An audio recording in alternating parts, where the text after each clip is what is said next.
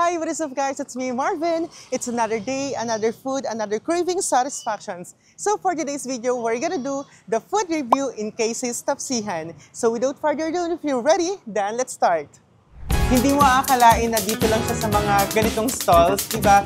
Na usually makikita mo lang siya sa mga restaurants. Naku, Diyos ko, hindi ka talaga dito magdadayin. Samahan ko na ng sobrang cheesy at sobrang creamy. Yung presentation pa lang, diba, panalo na. At kung bakit talaga naman lagi silang pinapalik-balikan, ang kanilang top 3 bestseller.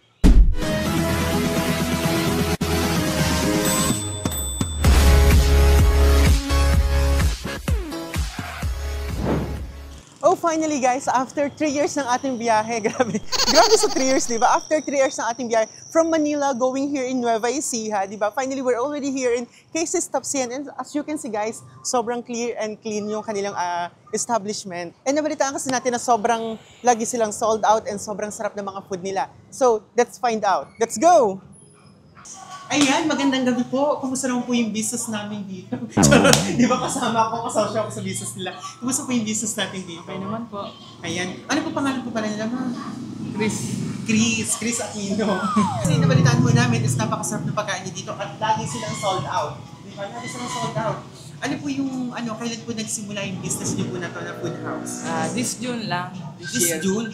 Pero this June, July, August, September, October, mag-November pa lang. Grabe, di ba? That's almost 5 months pa lang, pero grabe. Yung house talaga nila, lagi silang sold out. And ayan, may tumatawa. Hindi kaya sagutin. So, ayan, ano po yung mga bestseller niyo dito? At saka ano yung mga binabalik-balikan talaga dito ng mga customer niyo po? Bestseller namin dito is kare-kare, pork sisig, yung katsu, halos lahat. Halos lahat? Wow. Grabe ka naman pala lagi silang sold out, no? Grabe. And balita namin yung kare-kare nyo talaga naman napakalasa. Diyos ko, hindi pa naman natatakot na talaga ako, no? Sige, okay lang po ba tikman namin? Yeah, sure. Kasi baka mamaya, chika-chika lang. Alam mo naman yung Facebook, di ba? Maraming chika, maraming fake news. Ngayon gusto po namin mapatunayan. Pati ako nabubulo na, gusto po namin talaga mapatunayan. So let's go! So finally, nandito na ating mga food. Grabe naman! Yung tipong maaamoy mo pa lang siya, sobrang nakakagutom na. What more makikita mo na ganito pa talaga yung nasa harapan mo, di ba? Grabe! Parang nasa fine dining restaurant, yung ano nila, yung pinaka-garnish and kung paano sila inayos. Grabe! Hindi mo aakalain na dito lang siya sa mga ganitong stalls, di ba? Na usually makikita mo lang siya sa mga restaurants. Grabe talaga to. Kaya naman pala binabalik-balikan and at the same time, sa sold out talaga sila. Pero sige, tingnan natin. Baka naman mamaya kasi sa presentation lang sila, di ba? Check naman natin yung kanilang food, yung kanilang lasa. At ito, syempre, bago tayo magsimula, meron sila ditong special soup. Ang special soup nila dito, oops, it's unlimited. Di ba? Yung panimula pa lang. There you go. Tikman natin.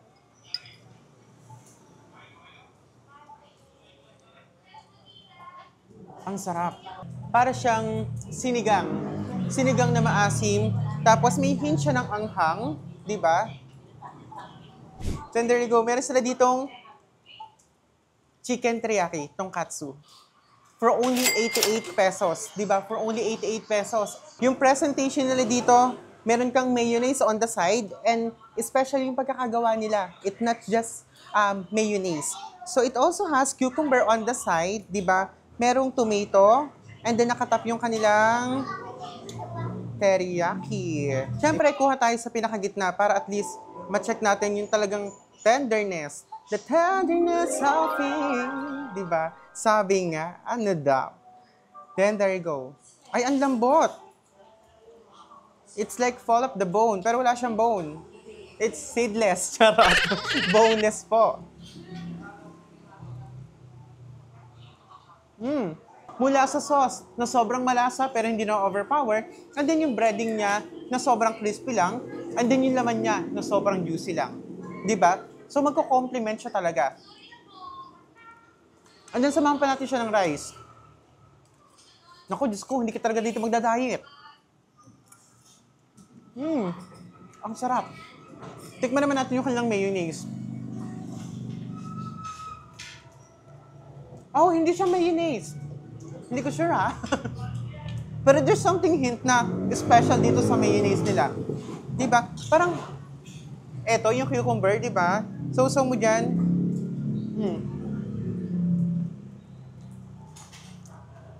May pagkain ka na, may snack ka pa. Hello? Aarda ka pa ba? 88 pesos lang. Tara na, let's go. So, unang tikim pa nga lang, may appetizer na. At ito, samahan pa natin ng isa pang appetizer. They also have here, fries overload. Grabe, itsura pa lang, di ba? Nakakatakam na talaga. Yung fries nila na sobrang cheesy. Tapos, samahan mo pa ng mayonnaise, meron pang cheese on top, may queso sauce. At saka, meron silang cucumber. And then, on top pa siya ng tapa. Oh, paano? Nakikrave ka ba? Alright, so this time, tikman naman natin, no? Ayan. Ay.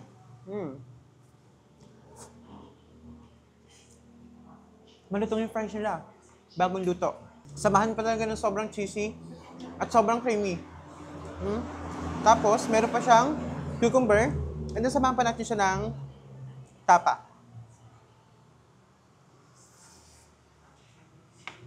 Hindi ko alam paano nila naisip yung ganito, no? Yung pagsamasamahin yung pagkain, yung talaga magko-complement saan natin, sa panlasa natin, di ba? Panalo talaga to. Walang halong eme to, ah. Kung gusto mong patunayan, pumunta ka dito.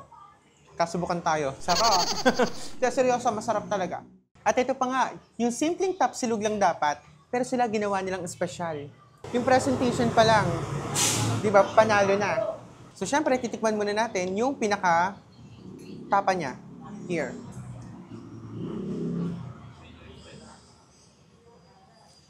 Ang lambot. Alam mong minarinate at ang tagal yung luto. Parang slow cooking ginawa. Ganun. So, samahan natin siya ng egg. Samahan natin ng egg.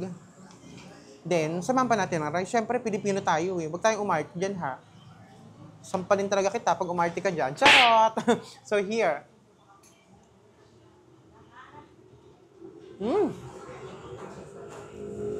Heaven. Pang breakfast talaga. For only 98 pesos, aarte ka pa ba? Go! Laban! So, dito na tayo sa kanilang pinagmamalaki talaga kung bakit lagi silang nasa-sold out at kung bakit talaga naman lagi silang binabalik-balikan. Ang kanilang top 3 bestseller. Ang kanilang chop suey. Diba? Nandito ang sisig. At nandito ang kare-kare. Kare-kare ng ina mo. O, diba? Diba? Grabe, ito na talaga. Final destination na to. Mabubunta na tayo dito sa sobrang busog. Sige, wag na natin patagalin pa. Tikman na natin. Dito sa kanilang chop suey. Grabe. Sobrang magatas. Sobrang magatas. And at the same time, kita mo naman yung laman. Diba? Overload din. Alam mong fresh yung mga ginamit nila na vegetable. Tikman muna natin yung sauce, yung sabaw. Sarap. Sobrang milky. Ang gatas niya. Parang isang buong gatas binuhos dito. Wow. Sobrang sarap. Nagko-compliment siya. Tapos lasang-lasa mo talaga yung karne niya na talagang nanuot dito sa sa sabaw, sa kanilang sauce ng kanilang chop suey. And yan, sige, samahan natin ngayon ng mga gulay.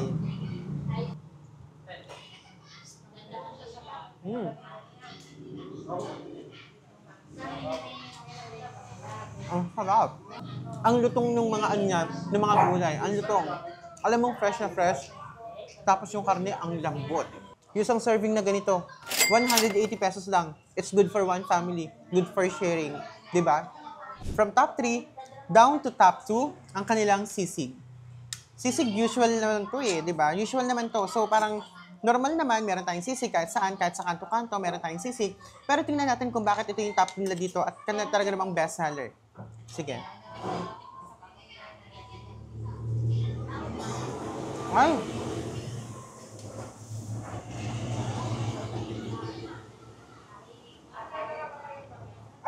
Ang lutong, ang lambot. Talagang may linamnam siya eh. Hindi ko lang ma-distinguish kung ano yung special flavor na nilalagay nila dito and may hint siya ng anghang. At yung sibuyas, hindi siya nag-overpower. So, hindi sobrang tapang na sibuyas ang gamit natin dito. Nakikita ko, red onion yung gamit nila, pero hindi siya ganun katapang and hindi siya ganun ka-overpower. And then yung anghang, sobrang saktong-sakto lang. And then if you want more spices, then add na lang. Diba? Kung gusto mo mas maanghang, meron siya ditong sili, may kalamansi din. Pero syempre, food review tayo, dun tayo sa original taste nila. Sobrang sarap. Malambot yung karne, malutong yung balat, di ba? Sobrang linamnam ng lasa. Kaya naman pala, hindi na ako magtataka kung bakit lagi silang sold out. Hi! Let's go! Let's move to our top number 1. At ayan na nga, eto na tayo sa kanilang top notcher. Top notcher, may ganon. Dito na tayo sa kanilang number 1. Yung kanilang top number 1. Top number 1, ano talaga? Number 1 top? Basta top 1. Sa kanilang first on the list. Nandito ang kanilang kare-kare. It's kare-kare. So, kare-kare. Tapos, syempre, meron din sila ditong, what's this? Kalabasa. May talong. And meron din sila ditong pechay. At meron sila ditong sitaw. Bahay, kubo, ni Aling Munti. Ganon. At ang kanilang 2 slice ng pork. Diba? 2 slice ng pork. At yung kanilang special sauce. Special sauce, ayaw nilang i-share kung ano nila dito. Yung kanilang secret. Kaya nga daw secret, bakit nila i-share? Tikman na lang natin. So, sige. Nag-crave ka ba? Tara, food trip tayo. Check muna natin. Doon muna tayo sa sauce.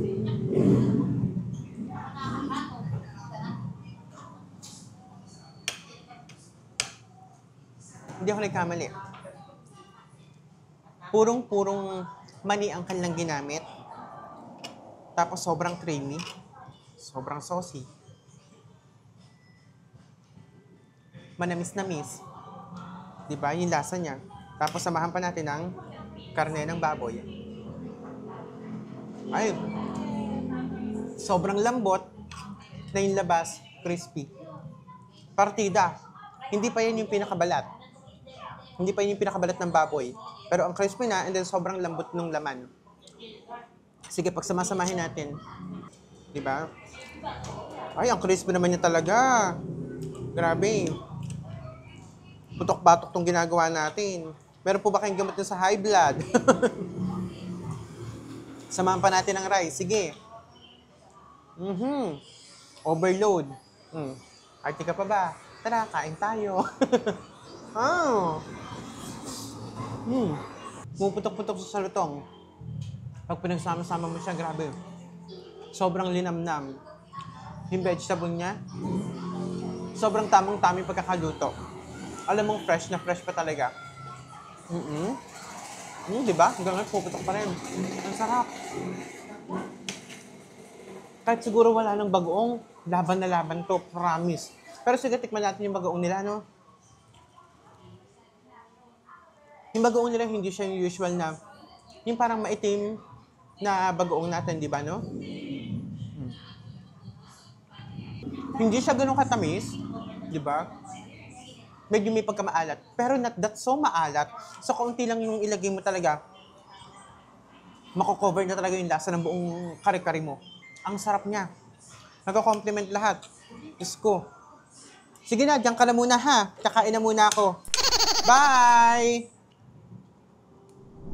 So, paano guys? Tara, subukan nyo na din. Dito lang yan located sa Purok 6, Dampulan, Nueva Ecija, in front of K. Cervico. And thank you so much for watching guys, and for more videos, please don't forget to like, subscribe, and hit the notification bell for you to be updated and be the first to watch our next videos. Once again, it's me, Marvin. Thank you so much for watching. Bye!